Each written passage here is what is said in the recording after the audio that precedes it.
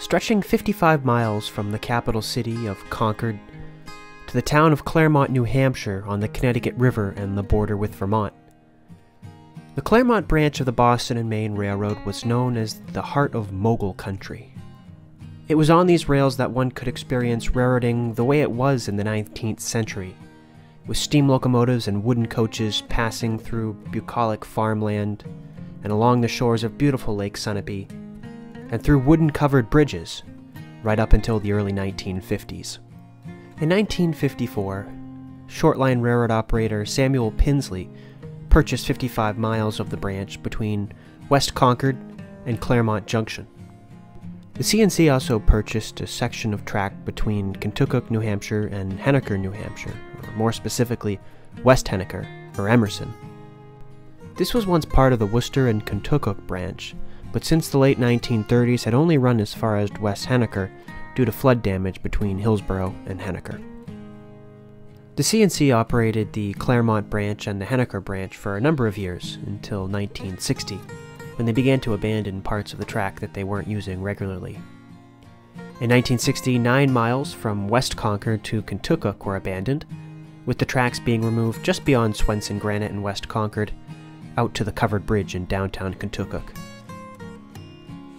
Around the same time, the CNC stopped running into West Henniker and only ran as far as West Hopkinton on the Henniker line. The track at West Hopkinton was severed by the construction of a flood control dam, and the CNC continued to serve a coal dealer in West Hopkinton. The New England division of the railroad enthusiasts worked with the Claremont Concord Railway to operate a passenger excursion over what remained of the Claremont Concord system. The train would start in Contoocook, New Hampshire, and so the railfans arrived there over the newly constructed Interstate 89, which, at that point, had only arrived as far as Contoocook.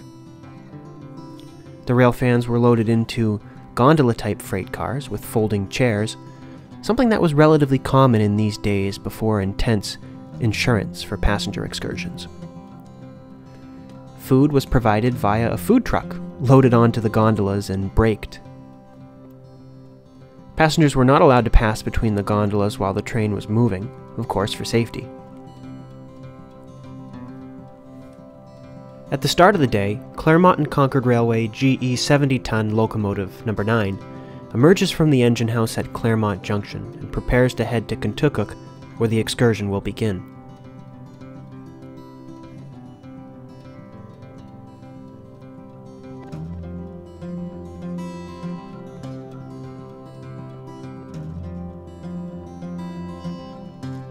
The locomotive is coupled to the gondola cars in Claremont,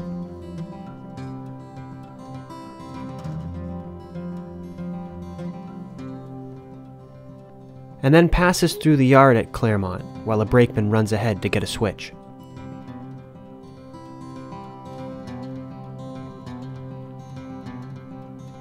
Apparently, there were some issues with the strobe beacon as a crew member is on top working with the beacon.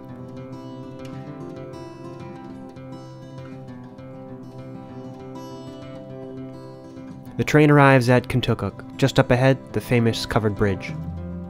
Off to the right is one of the Y tracks which connected with the Worcester and Contoocook branch.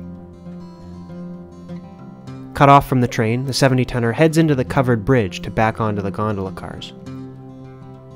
The track to the left is the other Y track with the Worcester and Contoocook branch, the Claremont branch being straight ahead.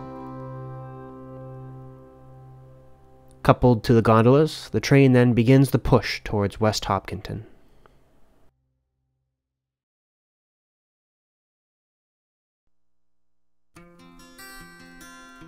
The train departed Contoocook promptly at 10 o'clock a.m. on May 21, 1961, with a single locomotive, GE 70-tonner No. 9 of the Claremont Concord Railway, shoving the train down the old Worcester and Contoocook branch as far as West Hopkinton.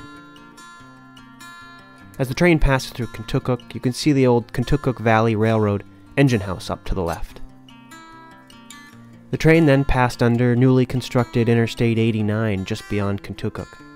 The CNC operated the Worcester and Contoocook branch from its junction with the Claremont branch in Contoocook to West Henniker, where a paper mill was located, until the fall of 1960.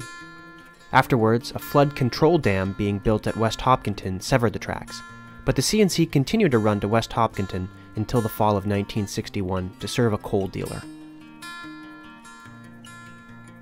As the train arrives in West Hopkinton, we can see some ties stacked up, possibly from the rail removal between West Hopkinton and Henniker.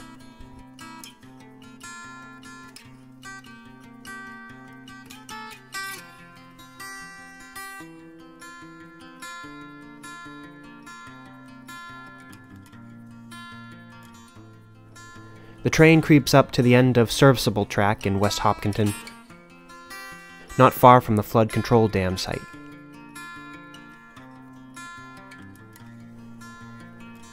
And then returns to Contoocook, being pulled by 70-tonner number 9.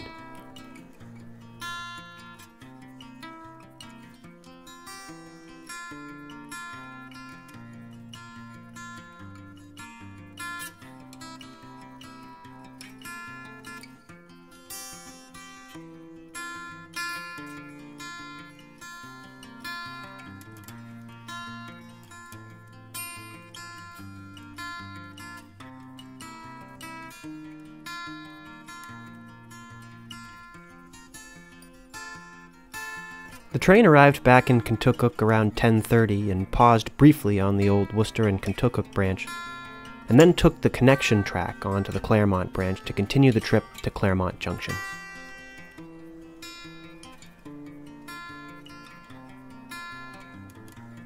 Scenes like this are incredibly valuable, seeing as there was less than a year left of rail service to Contoocook at this time.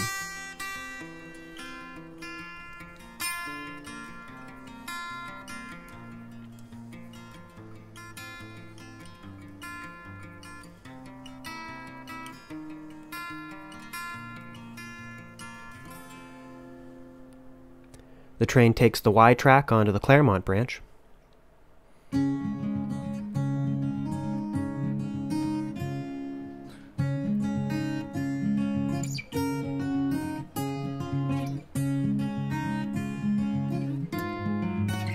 And as it pulls onto the branch, you can briefly see the Contoocook covered bridge in the background,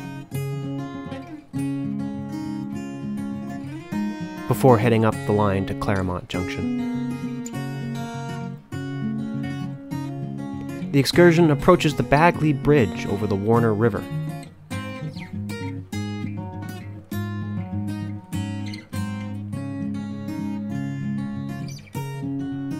And passes one of many covered bridges. This one no longer stands in 2023. The train then approached an overpass in the town of Warner. This area would later be completely changed when 89 was extended up through here.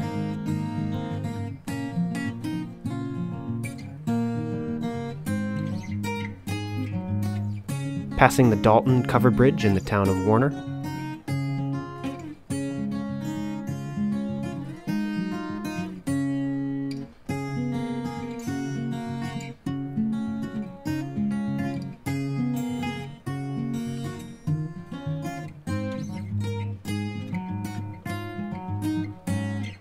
And the train arrives in the town of Warner, passing through the small yard, the site of the very first snow train in 1931. The train then crosses another truss bridge over the Warner River. This bridge no longer stands.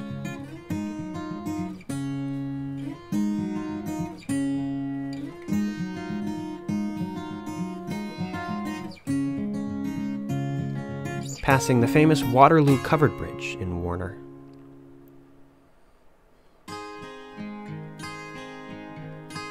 Before coming up to briefly parallel New Hampshire Route 103.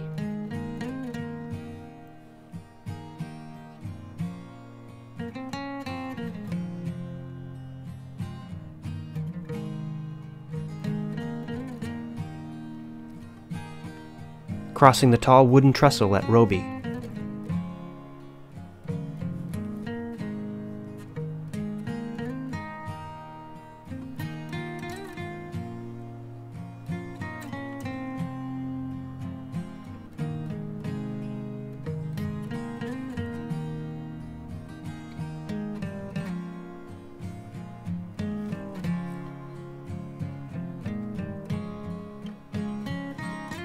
Now in the town of Bradford, the train approaches the crossing with New Hampshire Route 114. Route 103 now follows the railroad right away through here, and this is a major intersection.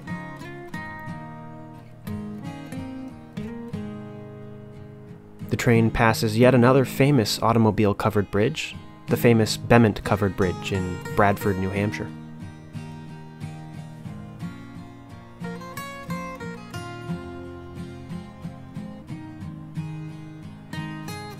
And arriving at Bradford with its famous water tank, freight house, and station.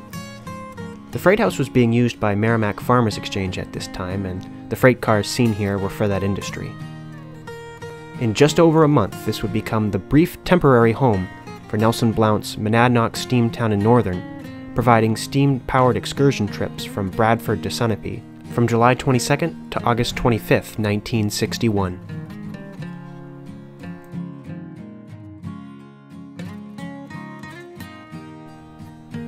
The water tower and station were demolished after the rails here were abandoned in 1964, but the freight house still stands today.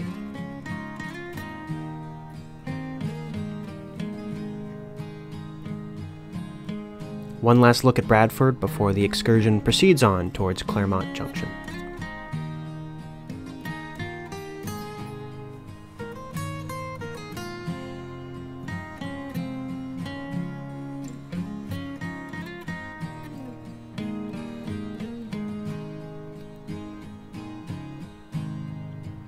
The train then curves towards the crossing of Old Sutton Road.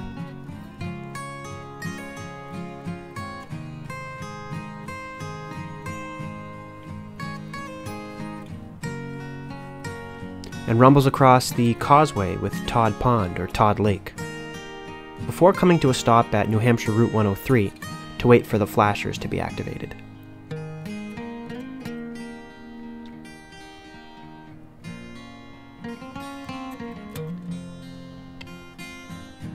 It's quite a grade between Bradford and Newbury, and number 9 was no doubt working hard as it climbed up through the hills.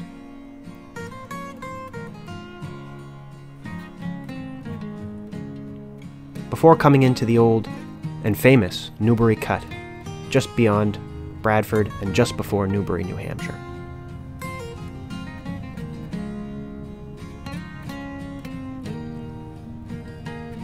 The cut is certainly one of the more distinctive aspects of the old Claremont Branch, and today it's popular with rock climbers.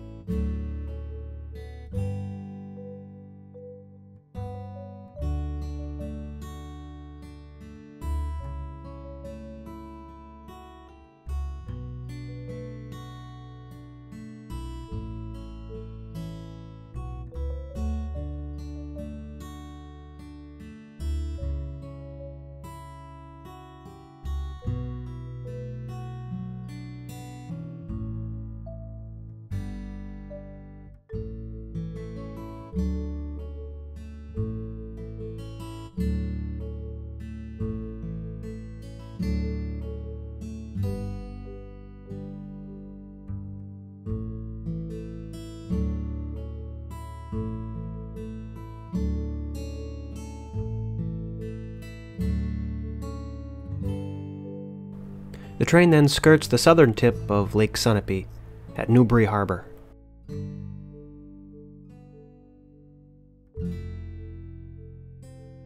And passes in close proximity to the lake and many lakeside cottages in what was certainly one of the more scenic railroad locations in the state of New Hampshire.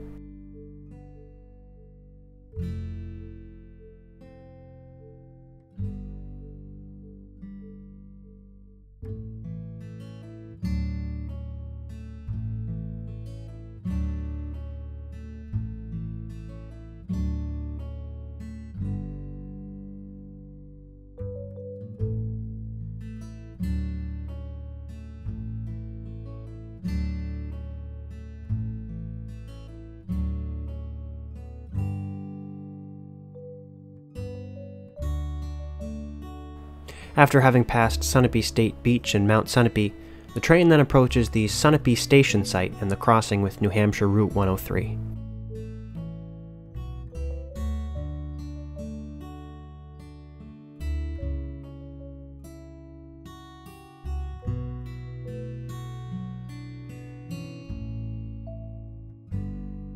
The train slowly approaches the Sunapee Station. This was the end point for the steam excursions from July to late August 1961.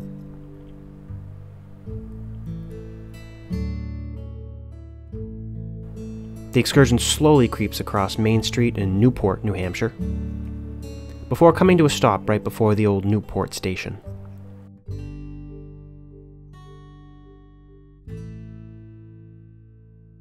Then it's further towards Claremont Junction, crossing the Sugar River a number of times.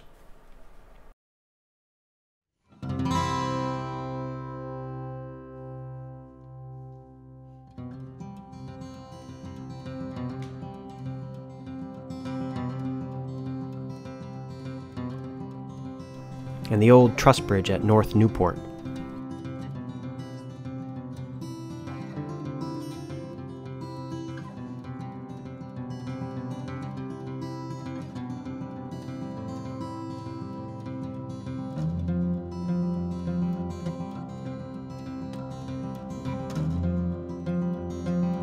The train then approaches the overpass of New Hampshire Route 11 at Kellyville, New Hampshire, in the town of Newport.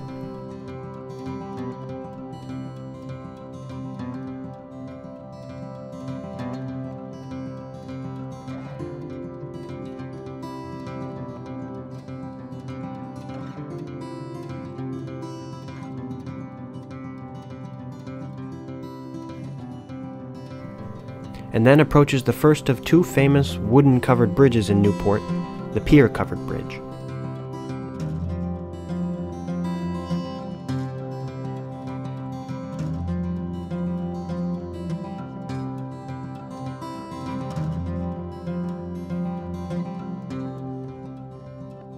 Followed shortly thereafter by Wright's covered bridge. Both bridges still stand on the abandoned railroad today. A rail trail running through both.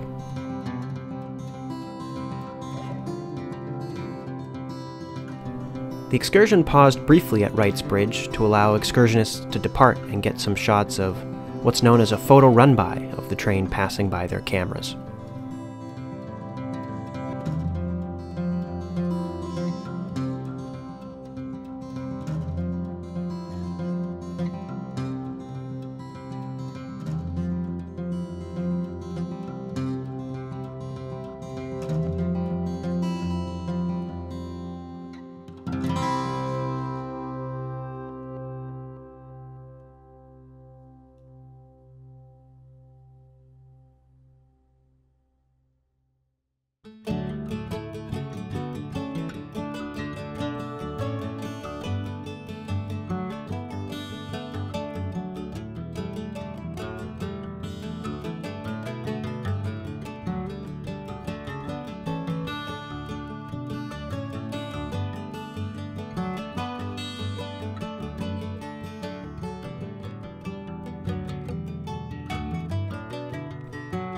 The excursion passes through the yard at Claremont.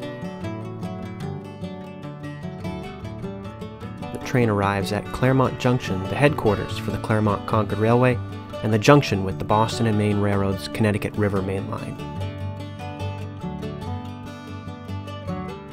Several pieces of former Boston and Maine equipment sold to the Claremont Concord can be seen here: a snowplow, a caboose, and the old Boston and Maine engine house.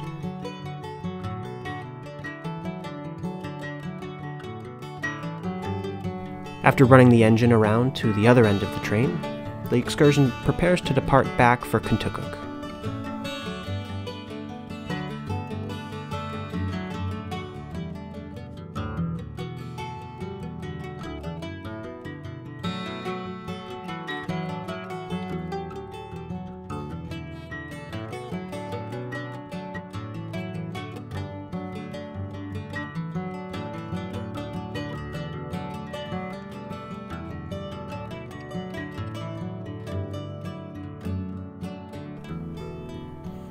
and can be seen here skirting along the Sugar River back in the town of Newport again.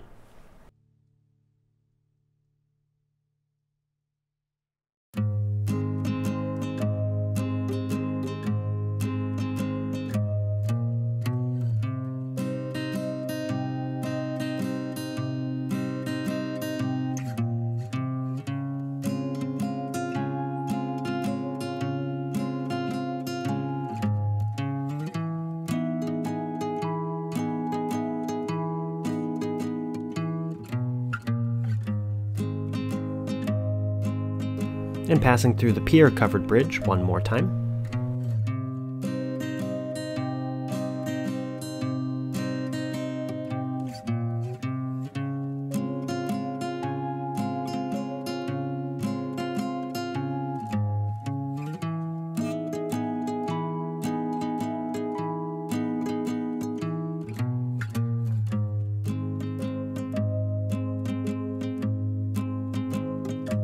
And rolling across once again the truss bridge at Northville, or North Newport.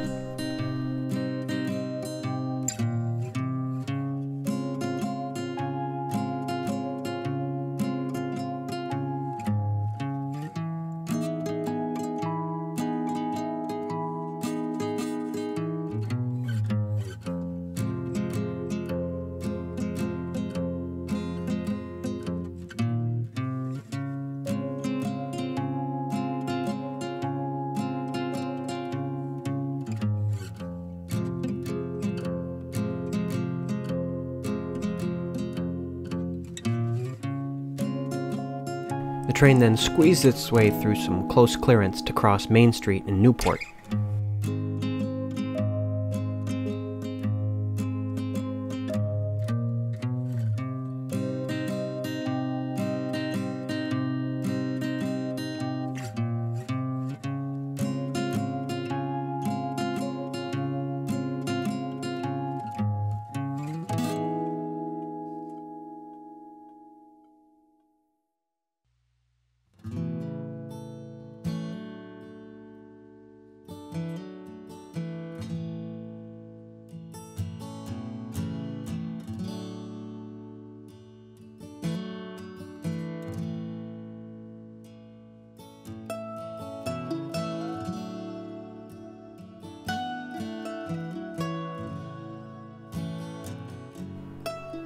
And crosses Route 103 back in Sunapee.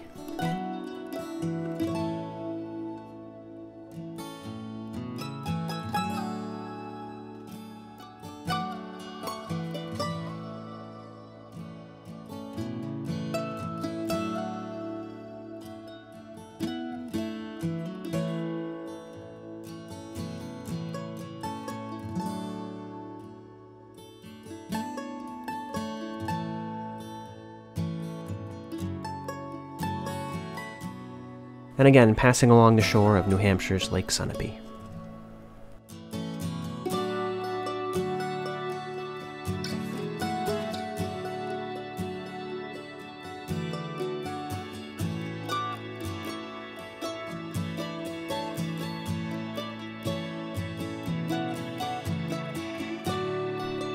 And back through the Newbury Cut.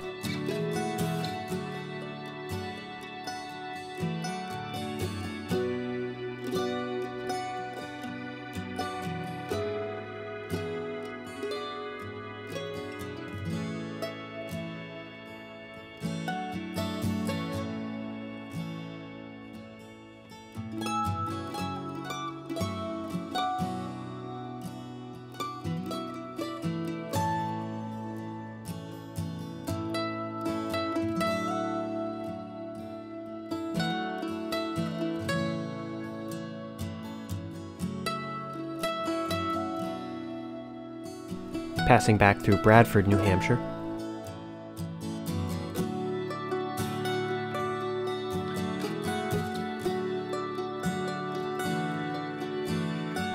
And rolling past the Bement Covered Bridge once again.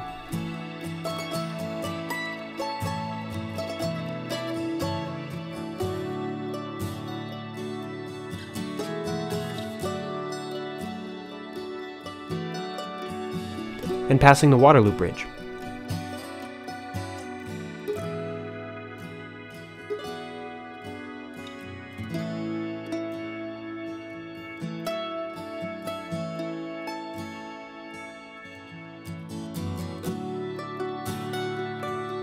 We close with a final look at the excursion at Contoocook on May 21st, 1961, after arriving back from Claremont Junction.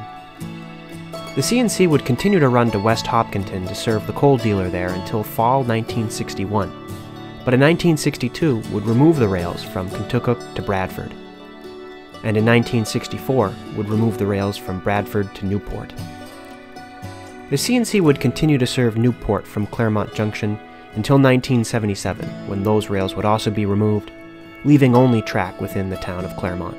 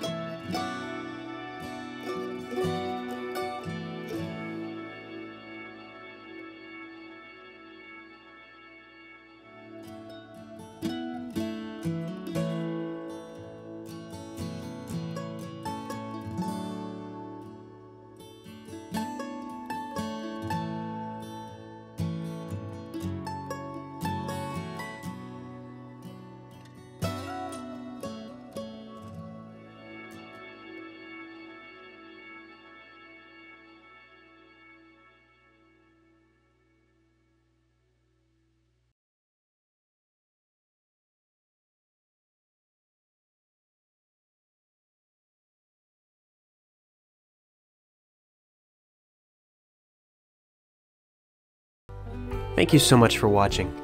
If you enjoyed this video, be sure to subscribe to our channel so you'll never miss a new video. And head on over to our website, www.bmrrhs.org, where you can learn how to support our nonprofit organization, sign up to become a member, browse an extensive online archive of B&M materials, watch more programs, listen to our podcast, or browse our online store.